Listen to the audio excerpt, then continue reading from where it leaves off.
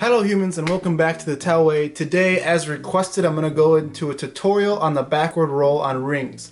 Now this is not a beginner skill, so I'm going to give you the prerequisites that you need before you even attempt this skill. If you do not have these prerequisites, then this exercise is not for you.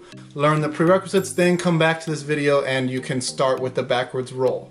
So to start, let's get into prerequisite number 1, which happens to be the muscle up. You will want a muscle up for 3 to 5 reps, 4 sets. The reason is, in the backward roll, we need a false grip and we need a strong transition.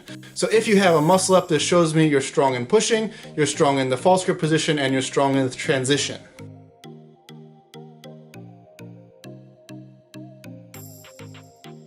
Prerequisite number 2 is going to be the ring turned out dip.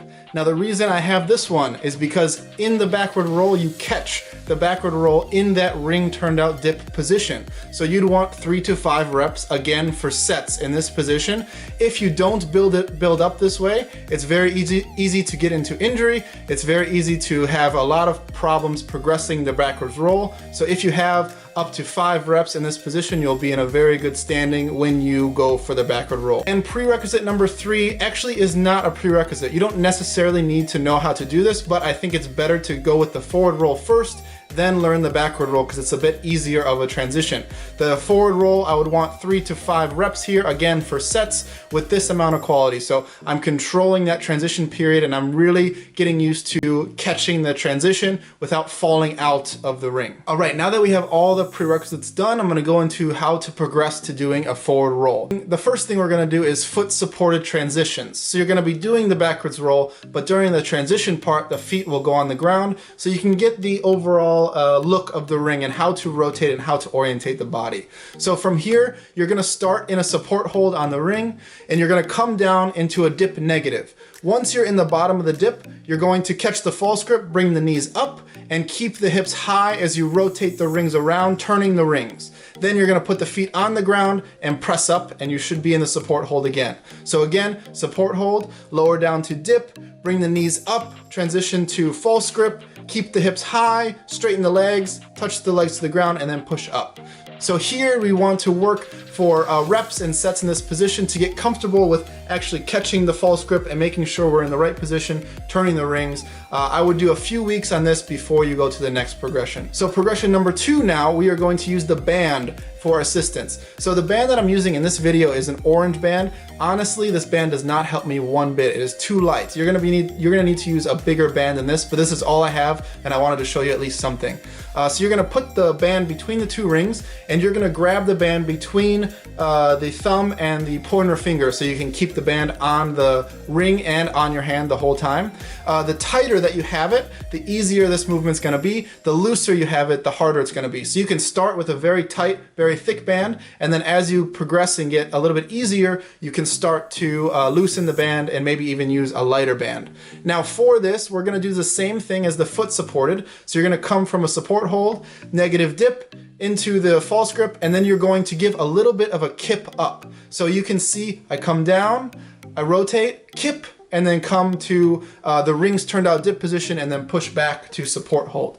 Now the reason I do the kip here is because this is not a strength skill to me. Can you do the backwards roll without a kip? Absolutely, many people can do it, but I'm not presenting it in a strength way, I'm presenting it in a skill way. So it's advantageous to catch it when you are kind of flung, oh my God, when you are flung into the position and you're strong enough to push out of the ring turned out position. So when you come down in that false grip and you keep the hips high and you come around, instead of putting the feet on the ground, you're going to give the kip in that position, keeping the hips as high as you can, and then coming to support in the rings turned out dip position. Now the key to this one, and the reason a lot of people can't do it, is because they don't keep their hips high enough. So that's why we use the band. The band is good because it's a level for our hips. We need to get our hips above that band. If we don't and we fall below, we're never going to be able to catch it. We're going to end in that too low of the position, not in the ring turned out dip position, and we're not going to be able to get it. So that's why I like the band for this exercise, because it gives you that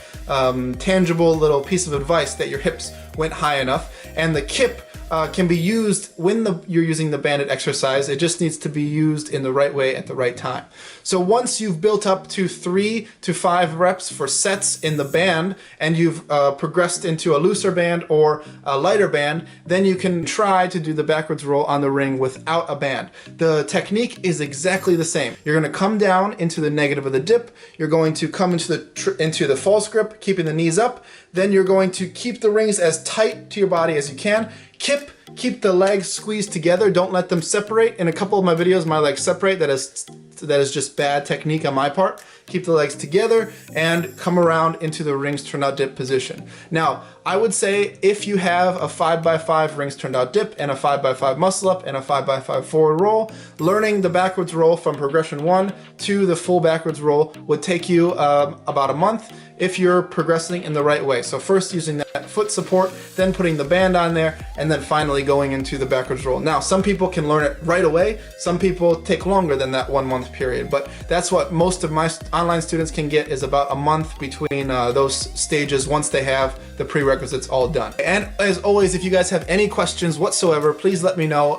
Put them in the comments down below. Maybe there's something I didn't cover about the backwards roll, or there's something you'd like to see covered in the future. Just let me know in the comments down below. I will look at it, I will reply to it, and if it's a good suggestion, I might do it in a future video, just like this video. Okay, so remember to comment, share, like, and subscribe, and I'll see you in the next one. That's the session. It knocked down my smoothie! Nah.